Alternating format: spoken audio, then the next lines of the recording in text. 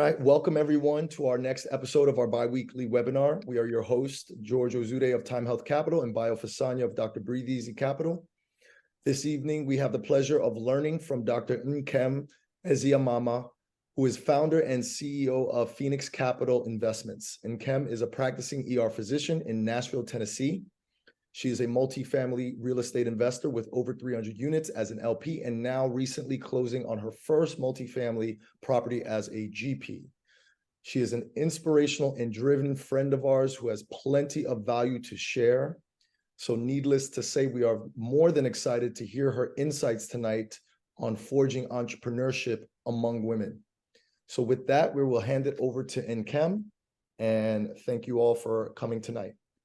I actually wanted to add something. In our invest, like Sabrook, for example, even though we have one investor that brought a big amount of money, that who is a woman, right? But we have probably 20% or less of more of our investors are women. So one of it is just, we are also men. We probably have to diversify our team a little bit more, but I'm just always wondering. So that's why I'm so excited to hear what you have to say overall, like what is stopping women from being active more, being entrepreneurship more, and also taking risk. Awesome. I just wanted to say thank you to everyone for having me here. I'm excited to talk about fostering female entrepreneurship. My name is Nkem Ezeamama, and I am an ER physician, just like George said, based out of Nashville, Tennessee, and also the CEO and founder of Pheenyx Capital Investment. I just wanted to come here today to have a conversation about women, mindset, entrepreneurship, and really tell my journey about how I started in the ER, moving into real estate, and then how entrepreneurship took its whole head. Before I start talking about all of that, I just wanted to say a big thank you. In the world of real estate investing and entrepreneurship, the beauty is that you meet really amazing people along the way, and people who like you link arms with and who you journey with. And along the journey, I've met George and Bio, and I've been excited to just grow with you guys. I've learned so much. I'm glad to call you friend. I'm glad to call you guys colleagues, and I'm also glad to call you guys partners. So I just wanted to say, even before we started, just thank you for inviting me, and thank you for giving me this platform and this opportunity to tell my story. As we go along this webinar today, we're gonna just take a moment and draw inspiration from some of the most empowering women who have really made the way and paved the way for us in different fields. And I want you to know that their voices, if they resonate with the spirit of entrepreneurship, and that the unique strengths and insights that women bring to the table. So I'm gonna start off with Mother Teresa, who said, "I alone cannot change the world, but I can cast a stone across the waters to create many ripples." So my journey into medicine, I wanted to just start off with telling you a few stories about how I ended up here. And of course, it started with medicine. And the origins of medicine for me, it started in the bustling halls of the emergency department. I had this desire truly to help others. And there was a joy in being able to truly make a difference. I worked as an ER physician, and that work was fulfilling. It was exhilarating. I got to work with teams, and truly I got to save lives. But more than that, I felt like I had the opportunity to really impact others. And that's where all of this started. And I'm so grateful for that. Truly, it's my happy place. I've done a lot of other things in life, but like in the ER, I really, truly felt like I got to make a difference. But you might be asking, how did medicine and real estate intersect?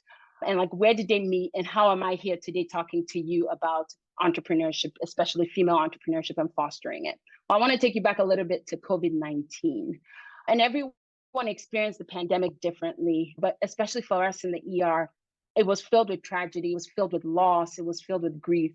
But what we also experienced that a lot of people don't really know about is that we lost hours, we lost wages. A lot of my colleagues had to get second and third jobs, and I'm not actually kidding.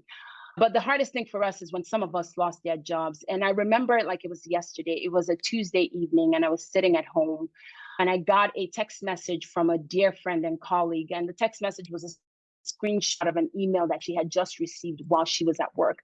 And the email said, "Dear doctor, you have a meeting with the boss's boss and the boss's boss." It didn't say anything else, but I knew that email was not a great email. I had this feeling at the bottom of my stomach that something was wrong. But I kept refreshing my email thinking, am I going to get the same email? And I didn't. The next morning, the meeting was at 9. Within 15 minutes, she called in tears because she and another colleague had lost their jobs on the spot.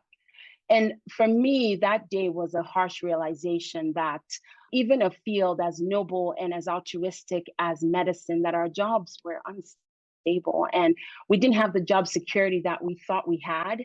And that was a really big eye opener for me. And that's really when I started learning about other ways to grow wealth. Like, how could I secure my finances for my family, for my friends, for my community, for my colleagues? What is it that I needed to do differently? And that's when I really started getting into real estate investing and learning all about it. And that's when the pivot happened. And I feel like that there's a deep correlation between medicine and real estate. And for me, real estate was about like creating opportunities. It was about fostering community, and it was about planning for the future.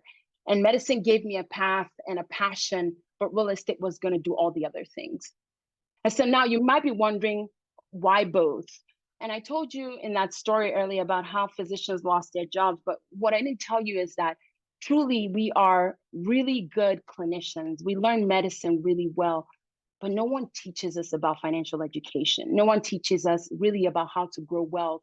And when I realized that there was this path of multifamily real estate investing and buying apartment complexes and coming together and doing it as a unit, as a community, I was very interested. And I knew that I could help professionals in and out of the healthcare field do the same thing. And that's really why I created Pheenyx Capital Investment. It was to bridge that gap and to help others generate passive income and grow wealth for generations and generations to come. But they still got to follow their passion and they still got to do what they did.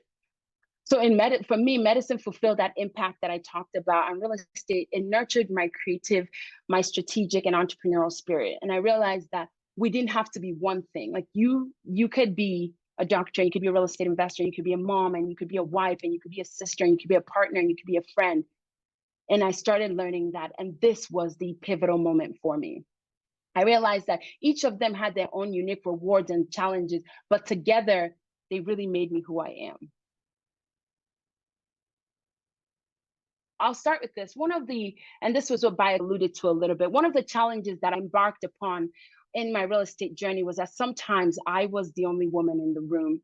And those sometimes really felt like it was more than not. So I'll tell you a story.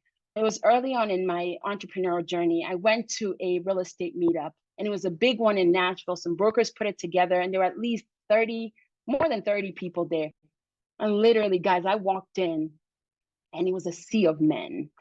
And I thought instantly for a second, if I walked out right now, did I already make eye contact with anyone? Did anyone already see me? And so I'm not going to lie to you and tell you that I was like superwoman that day. I was filled with doubt. I questioned, was I doing the right thing? Should I be here? Is there space for me? But what I did that day, and I'm so glad I did, and I'm championing other women to do the same thing, is that like I channeled my inner confidence, like the confidence that I could show up with in the ER. That's who I brought that day. And I let them know that like I claimed my space, I claimed my place. And I told myself that in Nkem, if there's no seat for me at the table, I will make a seat for myself. And that if there's no seat for someone else, I will create space as well for another woman. And that day I made contacts, I shared insights, and I just showed up as like my full, fun, vulnerable self, because that's the best that I know how to put out. What I got out of that day was that I told myself that experience and a lot more, it ignited my passion that like I needed to be an advocate for other women in this field. And that there's no reason why that if we have the resources and we have the access and we have the education and we have the support, like why can't we come together and do this?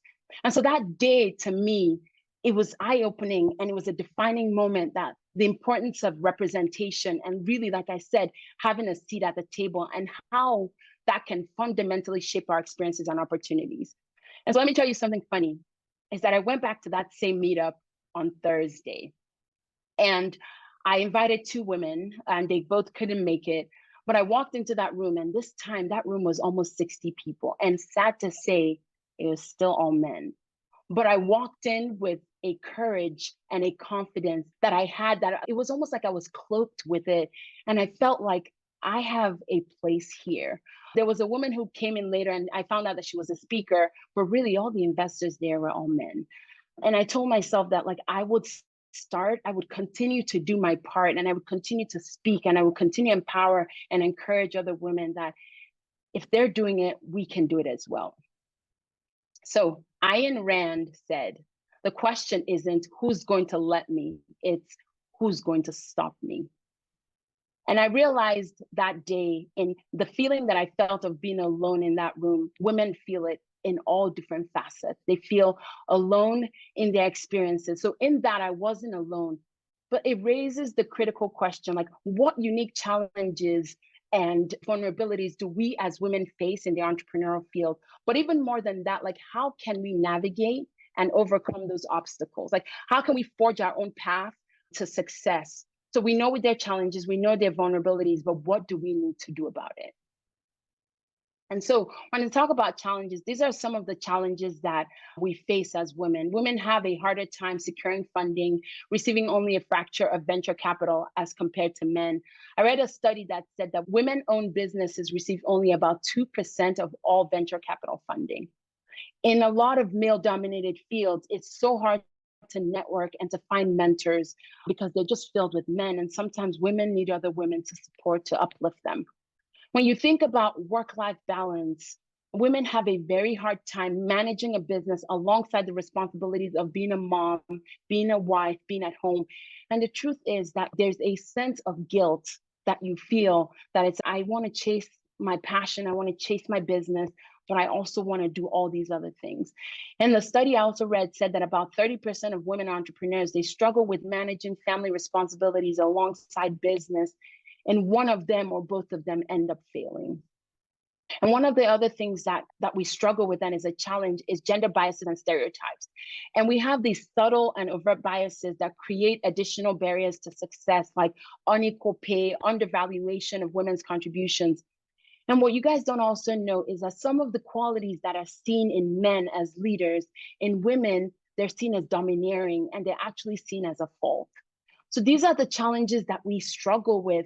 These are the challenges that we struggle with every day, and it's how do we overcome them? And then something else, the vulnerabilities that we struggle with is like we have body image issues. Sometimes even something as simple as how we dress. Are you wearing a dress today? Are you wearing pantsuit? Like all of those things that you think are not important are things that we struggle with. But one of the hardest parts is that sometimes we don't get the support from other women that we need. The support that we would need to move our professional careers forward. And I want you to take a second and just realize that even though these are challenges and vulnerabilities, they're not necessarily weaknesses, but they're areas that need understanding, they need empathy, and they need targeted support. So having conversations like this is truly the best way to start. So you wonder, we have these challenges and we have these struggles and we have these vulnerabilities, but like they are not insurmountable. So they are things that we can accomplish, and they're things that we can do, but it has to be with the right mindset. So as you're sitting here, as you're listening, you should be thinking like, what type of mindset do I need to put on in order to confront the challenges that are set before me, the challenges that are hindering me from succeeding? How do I adopt a mindset of resiliency, of growth, in order to transform some of these stepping stones into areas of success? So some of the mindset that I have held on to, and some of them that have really helped me grow to be able to be the woman entrepreneur that I am today, and it's things that women also need to hold on to. One of it, and maybe the most important, is embracing the uncomfortable. So yes, you will be alone when you do things, but that you will be the Lone Ranger, but it won't always be like that for a while. So you have to take it upon yourself to be uncomfortable, to be comfortable in these uncomfortable positions, knowing that's where you're gonna form change. And that's where it starts, and that we need to see that as a strength and not a weakness.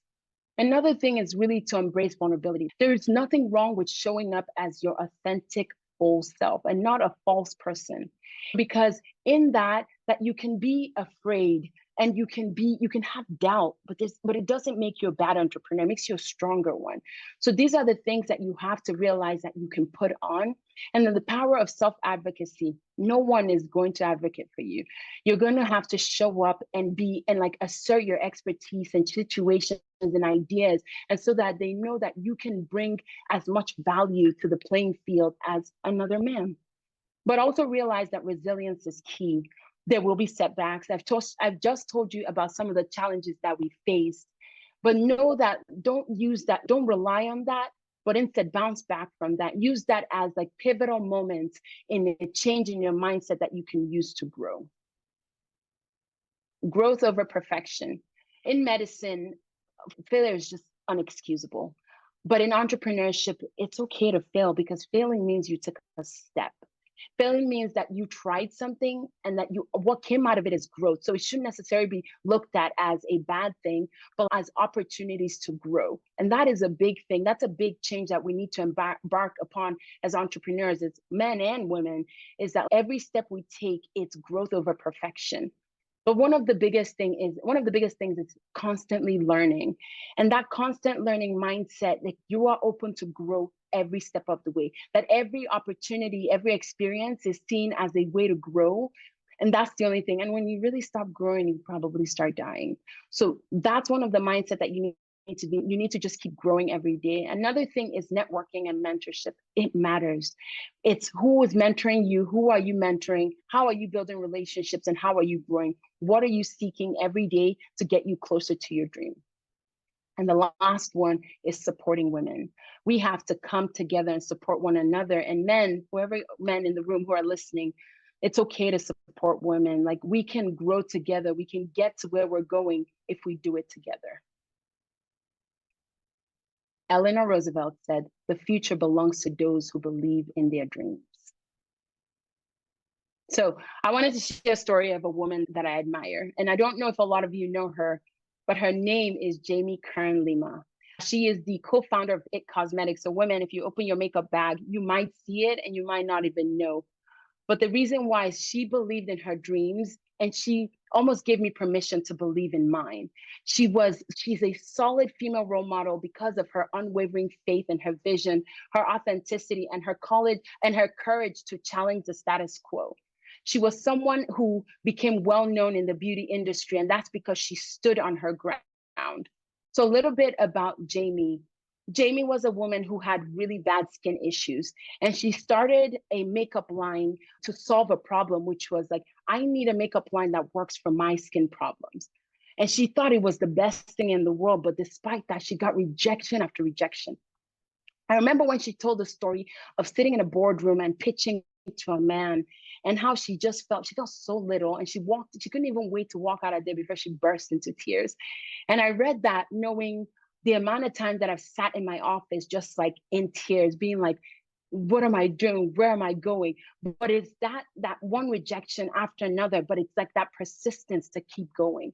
And that no matter how many rejections you face, if you believe in your dream and if you believe in your goal, then no matter what, you're going to accomplish it. And so one day she got a break, QVC, online, live TV, and she had these perfect models who were supposed to showcase her product, but she was like, it's not for them. So what she did is she wiped all the makeup off her face, and she said, they're going to see me in all my skin flaws, and I'm going to put my makeup on and show them that this really works. And that was her embracing vulnerability. And that was her saying, you know what, I believe so much in my dream and in what I'm doing that I'm willing to do this. And that just lit up her brand. After that, story after story, she grew It Cosmetics to become a $1 billion brand company, and L'Oreal ended up buying that company. And she tells a story of how every time she showed up, she brought another woman alongside her. And ladies, if you haven't read her book, and gentlemen, you should grab it. It's called Believe It. But it was just one of those books that let you know, one of those stories that let you know that, like, no matter what, resiliency, persistency, determination, dedication, whatever your dream is, whatever that entrepreneurial spirit that you have in you, it can be accomplished. Jamie kind of let me and a lot of women understand the slogan and the saying that the future is feminine. One of the defining strengths that we're seeing in modern leadership is emotional intelligence, or also known as EQ. And it really means that it includes certain qualities such as empathy, self-awareness, and the ability to connect with others. And when you break down those qualities, it's about listening deeply, it's understanding emotions, and it's leading with compassion. And it's been shown that women often excel in those areas, and they bring a nuanced understanding of emotions and interpersonal dynamics to the workplace. So these soft skills, they have become a critical component in effective leadership. And so these skills that were once seen as too feminine, it's now what you need to thrive. It's what you need to succeed in the business place. And so that's what, that's one of the things that we learn when I say that we get to show up in our full selves and that we can be vulnerable and be who we are, because these are the skills that are taking us to tomorrow. These are the leadership skills that we need to grow. I want to talk about some remarkable leaders, some remarkable women leaders. And in them, we see strength in action and that they have really, truly accomplished big things. Sheryl Sandberg, she's the founder of Leanin.org, and she has a net worth of $1.8 billion. Indra Nooyi, a chairman and CEO of PepsiCo, and who has a network of over $350 million, as well as Jacinda Ardern, former Prime Minister of New Zealand, whose net worth is $25 million. These women, along with many other women, they have led with compassion, innovation, and this unique ability to foster collaboration in community. That's the importance of emotional intelligence, and that's what EQ is, and that's it playing a vital role in shaping our future in business, in society, in leadership, in our places of work. And so these women, although what they've done, it seems larger than life, but they started with somewhere. But what they're even doing is they're paving the path for us, a path for our future, a path for us to take action. We talked a little bit about some of the leaders, some of the remarkable women leaders, but one of the most important things is us coming together, and it's collaborating. And we can't do this alone, women, men. We have unique strengths and synergies that we can come together and uncover when we do it together. And there is a beauty in that. So the power of female collaboration, why do we need to come together? When we unite, truly empathy flourish. We get to look out for one another. We lead better, and we can collaborate even more. There is a mutual support and genuine connections that form when we foster relationships together. And sometimes one can navigate unique challenges, because sometimes women can feel isolated, they can feel alone. And when we don't talk about it, it makes us feel like we're not struggling with the same thing. But when we come together, we can create a strong foundation and address some of those obstacles together. There's opportunities, like I said, in uniting. We can create spaces and explore new horizons when we come together. We can go beyond networking. Sometimes networking can seem superficial, but there's a beauty when we start there, and then we start building meaningful relationships. We start building mentorships, and we come together collectively to empower one another. Estee Lauder said, "I did not get there by wishing for it or hoping for it, but by working for it." So I talked about women who have amassed great wealth, but I wanted to talk about some of the women who I see on a day-to-day basis who are doing big things. And the truth is that they're coming together and they're collaborating. And I've noticed that there are increasing number of female investor groups, mentorship program, and women-focused incubators. They're powerful platforms where women are not just coming together, but they're elevating each other, they're breaking down barriers, and they're forging paths for success. And so I know that the numbers are low in terms of women investors, but it's like we see the work that's being done right now in order to pave the way for tomorrow. One of the pictures in the slide, the one with almost, I think, 15 women, We were at a conference, and it was a real estate investing conference. And every morning, women met together to just empower each other. They met together to support each other, met together and gave tools to one another of how we could grow our business, how we could be better investors, how we could be better entrepreneurs. And so the groundwork is being done right now so that in the future, women will make up 50% of investors. Women will not be afraid to take risks. Women will not be afraid to jump in and to leap. But it starts with what we're doing right now, which is coming together, which is collaborating, which is learning together. When we empower each other and when we create space for women, and that's when we can like unleash our full potential. And so sometimes some people are here sitting and asking, like, what are some of the actionable steps that we can take? What are like really steps, tangible steps that we can take to break some of these barriers and to foster female entrepreneurship? How can we move from where we are right now to where we're going to be? So we know that we have a dream and we know where we're going, but what do we need to do today to make space and room for tomorrow? And these are the steps that I've come up with. This slide is busy, but I really wanted to take a second and pause and slow down and realize that these are some of the things that we can do today to take us to the next level. And I've mentioned it before, but there's a big necessity to mentorship and coaching. So it's not only getting mentored, but it's becoming a mentor to a young entrepreneur. So newer women who are starting out, newer women who need to learn. It's like depositing what I've learned so far, the mistakes I've made, and the nuggets that I've learned. It's empowering other women by coaching them, by mentoring them. And then it's also seeking mentorship for myself. It's picking 2 or 3 women who are maybe 3 years ahead of where I want to be and seek mentorship from them and learn from them. Because there's a beauty in knowledge exchange, and we can grow so much when we do that. I talked about networking already and building a community, but I really wanted to harp on it because relationships matter. And at the end of the day, people will take you where you need to go. It's people, when you link arms with people today, you're building and forging a path for tomorrow. So it's joining and creating women entrepreneurship groups. I talked to you about women-only groups that are now being formed. And it's the power of coming together and realizing that like your struggle is not only your struggle, but your struggle is my struggle as well. And that we have the tools and the resources that we need to come together and support one another. It's education and skill building. I told you that when you stop learning, you start dying. And I really meant that. So it's really investing. The biggest investment we can make is investing in ourselves. Yes, even before we started investing in real estate deals. And I know that's really important because that's the way we're going to grow wealth for today, for our generations to come. But it really does start with investing in ourselves, and it's building. So it's attending workshops, it's attending webinars like this, and it's attending classes that just focus on entrepreneurship, focus on growing. That's where it starts. And this is not only women empowering women, but this is also men empowering women as well. And the biggest thing is advocacy and support. So use your voice, use this platform. Thanks, guys. But as a way to advocate for women, and like through social media, blogs, just spreading the word, speaking engagements, supporting women-owned businesses. These are ways that we can advocate and support women and realize that like you can come to the table as well.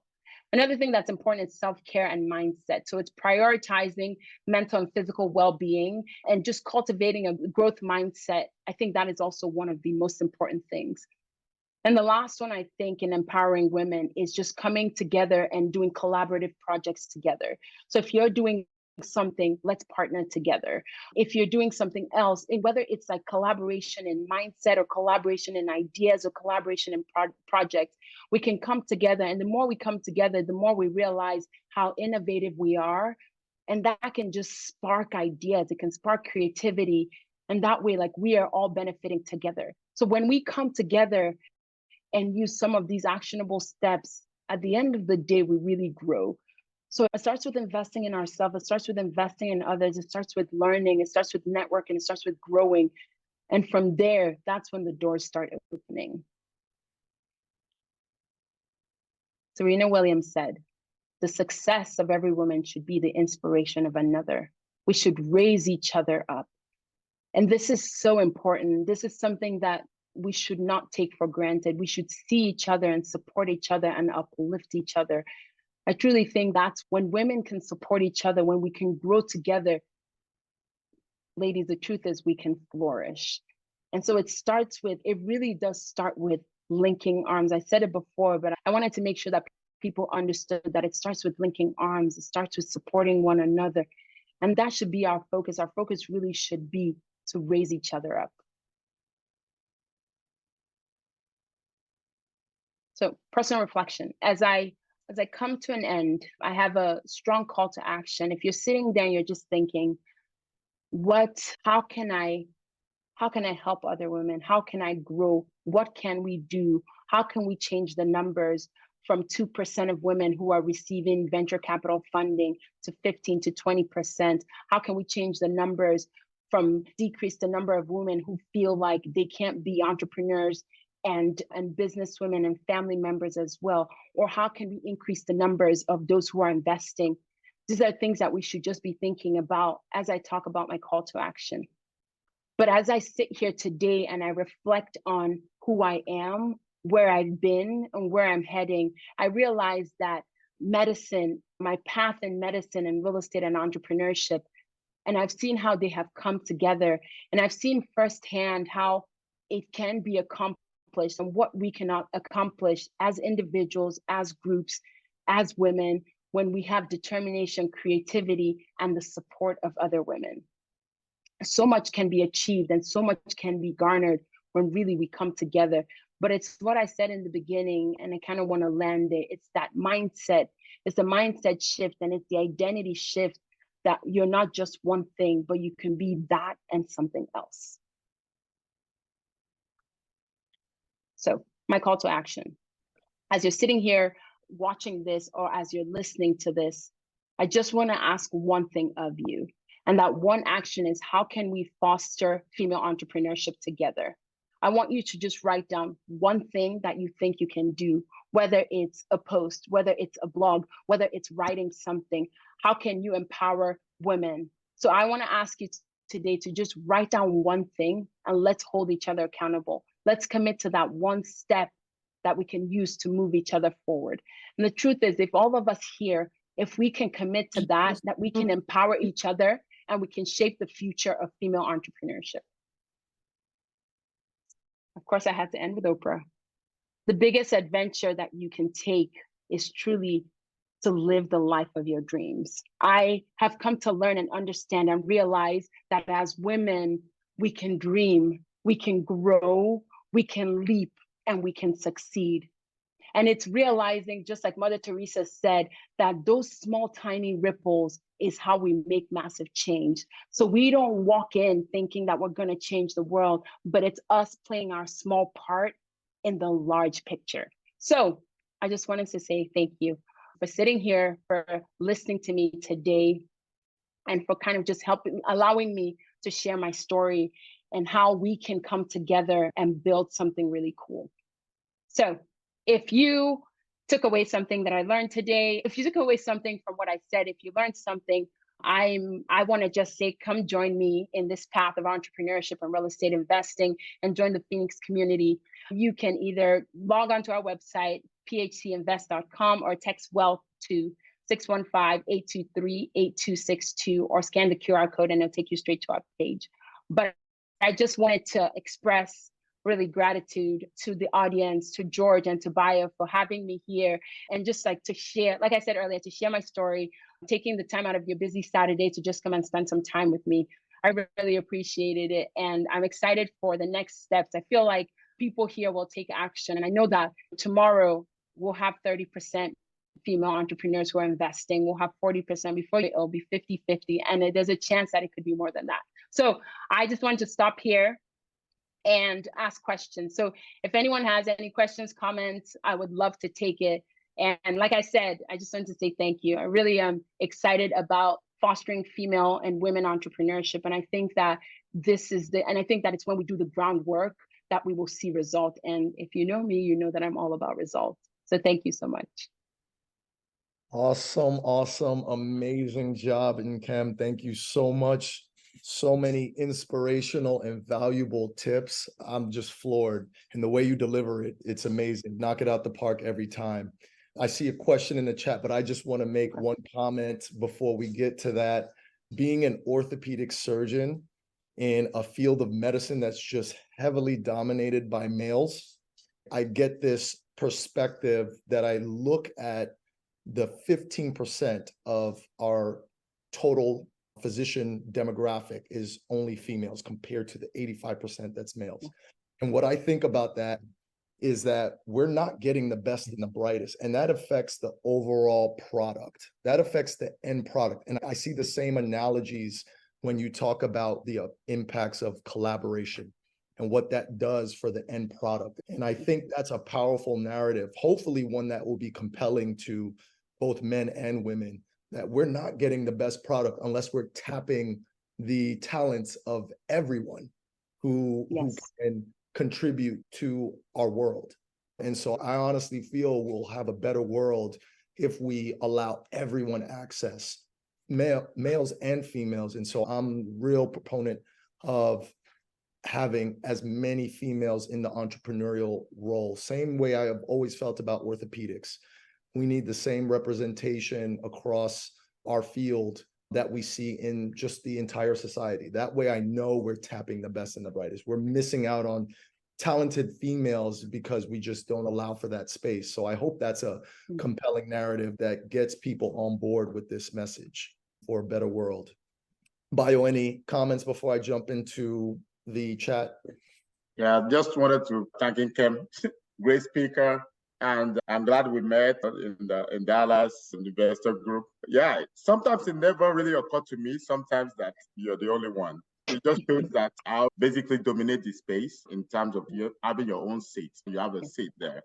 That it doesn't occur to me, but interesting. The pictures definitely shows the evidence. So yeah, definitely we have to foster space to encourage women more. And one thing, specific question I have is, so as a company, Time Health Easy Capital, we try to diversify our leadership team, right? Our property manager, she's a woman, and we put her on the website now, and we're trying to even work with you. We have Dr. Kemi Hajao, who is specialized in women money mindset, specifically for women also. So we're trying to do that. But what else do you think, from your own perspective, that we can do to improve it? Because obviously we would like to, raise money from both. Big thing is, if I reach out to 50 men, 50 women, it will turn out to be still 90% of the men will be the one to invest, and then the 10% will be the women that invest. So how can I improve on my side? Is there a way we talk? Is there like a different way to reach out, like a different type of training? So you ask a really good question, and I don't know that I have the perfect answer for you, and that's because it starts with, it's not something that we have been trained to do, and it's not something almost that is innate. And sometimes there's a fear and a bias that comes with even women stepping out. So honestly, it's having things like this webinar. It's like encouraging the women that you already have to bring alongside other women, because sometimes the truth is women listen to other women. So it's like, how can we come together as women? How can we, like I said, how can we link arms and realize that this is important? And you mentioned Dr. Temi. She's doing the work in that she's empowering women and saying, hey, this is something that you need to do. So it makes it easier. And when you see representation, when you see someone like me and someone like her or other women in the space, it makes it easier, because then you almost feel like, I can do it as well. Like I thought it was only for this certain group of people, but now I'm like, no, there's space for me as well. And so that's why the onus is on us. The onus is on us to bring other people alongside with us as we're doing. And you're doing a great job. And I don't ever want to pick a bad property manager because she's a woman and say No. women empowerment. This that great. So that is not something that I'm an advocate for, but I love the fact that it's on the forefront of your mind. And that's where it needs to be, where you're like, man, it's so much prettier. And when you look and see a team that is made up of men and women and all sorts and different colors, and it just makes it look, it's a beautiful thing to look at. And so when you realize that, when you start thinking about that at the forefront of your mind, it makes it easier to make those decisions. And Bio, this is not something that we're going to fix today, because it's always been that way. Like, seriously, I was shocked again when I walked into that same meetup, and I kid you not, you guys, I'm not lying. I was still the only woman. And I was like, and I told myself, I said, I will make sure, even if it's a friend or it's another colleague at work, like, someone else needs to come and see and realize that we can do this. We can come into this space. We have something to give. We have knowledge to share. So I don't have a perfect answer, but I'm just saying is that when we can show up and realize that the women, that we can do it, like, we are experts in the field, we show up with strength and immunity and knowledge, I think that's a big step. But for you, it's just keeping it at the forefront of your mind that it's important to have women representation. I'm doing the things I need to do. I created this webinar so that you can see that women are doing things. These are the steps that you need to take. So I think you're doing the right thing. And I think it'll come with time. I told you that in life, or what I've learned in this entrepreneurial journey, is that everything is people and time. So you put in the work now, and it's going to take months, it's going to take years, but if we will get there, we'll get to the place where women are investors, where, like, they'll see, oh, Nkem is doing this, or someone else is doing this, I can do it as well. Thanks. Awesome. All right, we have a question in the chat from Uche. Have you found businesses who are female investor friendly, like loan officers, etc.? So I have looked. So I've done due diligence in that I've searched and I've looked at different lawyers, different law groups, different CPAs. I've tried my best to, like, support female friendly businesses. I think it's important, and I think that some of them are doing a fantastic job. And so I want to, like, do my part to showcase talent. And so that's how I've seen. But I've also noticed that, just because I'm a woman doesn't mean the door should be flung open. So I think that we also need to do our part in being, like, if we're capital raisers, if we're operators as women, that, like, we show up with the same level of expertise, the same level of knowledge. And so that it's not that they're female investor friendly, but they're picking you based on your stats, based on your knowledge, based on what you know, based on what you've done, based on your credibility. Because I think at the end of the day, those things matter. So I have done some work in looking for companies that do foster female, that are more female friendly, but I don't necessarily pick them. I still look for quality above all. And if they're the best, then I go with them. Awesome. We have a question from Chidozi. In my experience with the Black and African American demographic, women are often not involved financially at home and aren't enabled to make decisions. Also, they are afraid to take risks. How can I, as a male investor, syndicate lead, enable them to take that first step? Okay, so this is a bunch of questions, and I'll answer that.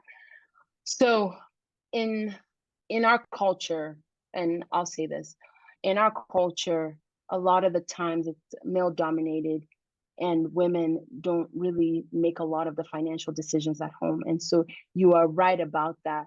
But I think that at some point, things have to change. At some point, we are educated, we're growing, we're learning. And so in families, if that was how you grew up, maybe you're the person that changes that.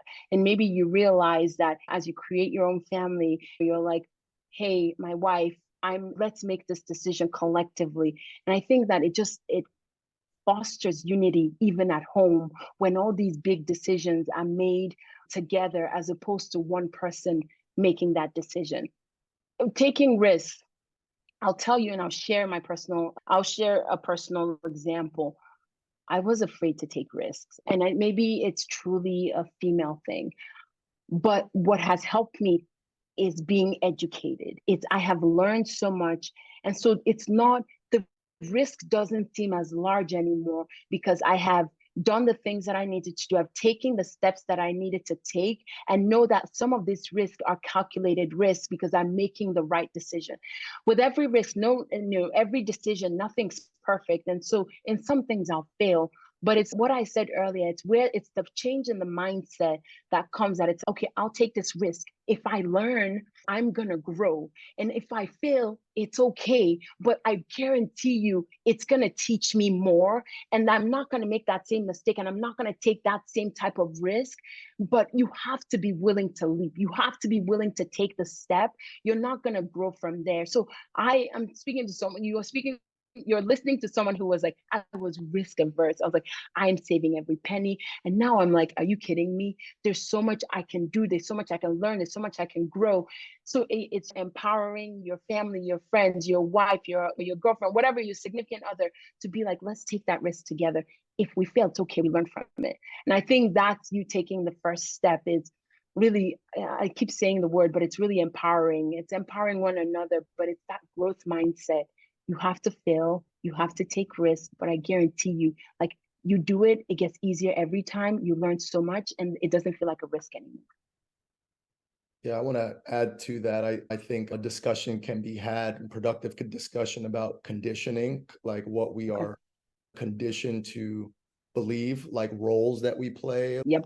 characteristics. I think if we start having more discussions about how a lot of this, our behaviors, is really based on conditioning, it may hopefully give people some confidence and some empowering in order to break those rules. And the whole thing about women don't make the financial decisions at home. Is that just a true thing, or is it a conditioning, or is that our culture?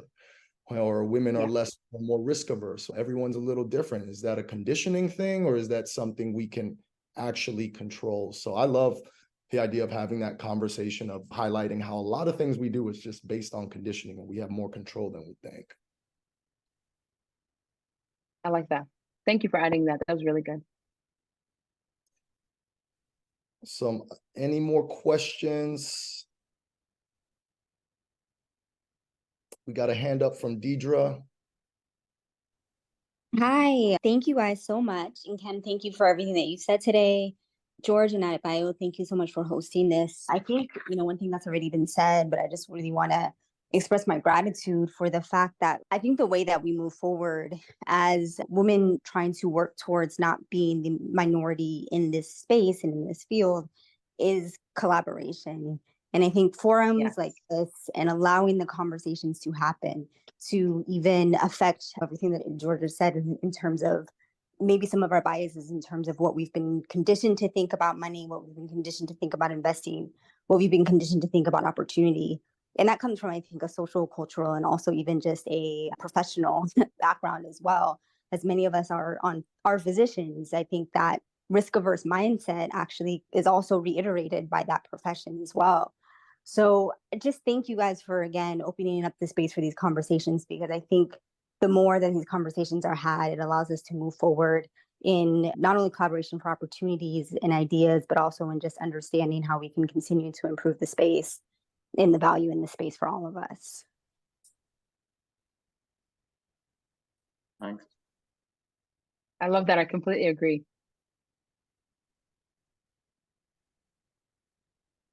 Awesome. We have our chat open. We have a couple of more minutes. Feel free to enter any comments or any questions. We'll take this opportunity to thank Nkem for a riveting discussion and presentation. I'm definitely inspired. I love how you finished with the call to action. And I think it's a great one. It's something we can take control of and put it in our hands, put the responsibility on us to do something, to literally take action. So I love that finisher right there. Thank you again so much. Bayo, any last words? I'm just trying to, is Dr. Temi, I know she posted something in the chat. If you want to come on, if you're still there, you can give a little bit of an input in the final few minutes, if you feel like it. Oh, yeah. Yeah, and Nkem, thank you so much for this discussion. We went to medical school together. And when I saw that you were putting out these trailblazing posts on multifamily investing, I was like, oh my goodness, this is amazing. And hearing what you were saying today was just very validating, because sometimes when you're in this entrepreneurial space, you do wonder, okay, you're a physician and you're now pivoting into this space, and it's it can be a little bit like you're a lone ranger here.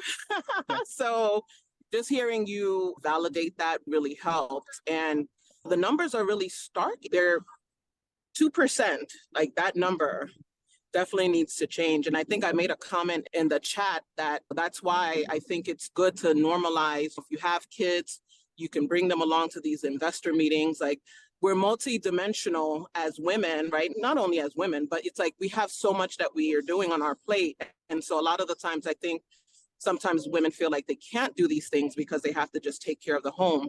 And so now I'm like, nope, if I got to do something and no one's here to watch these kids, they're all coming along. They're all going to come along. So I just want to thank you for that. And I admire all the work that you're doing. Thank you. Thanks. Thanks, Nkem. Awesome. We're at the top of the hour. We are going to call it a wrap. Again, thank Love you. it. Nkem. We will see you all in 2 weeks where we'll have our next speaker. And until then, we wish everybody have a great and safe weekend. Again, thank you, Nkem. Thank you, Bayo, and thank to everyone who participated with questions and comments. Have a great evening, everyone. Bye, Bye, everyone. guys.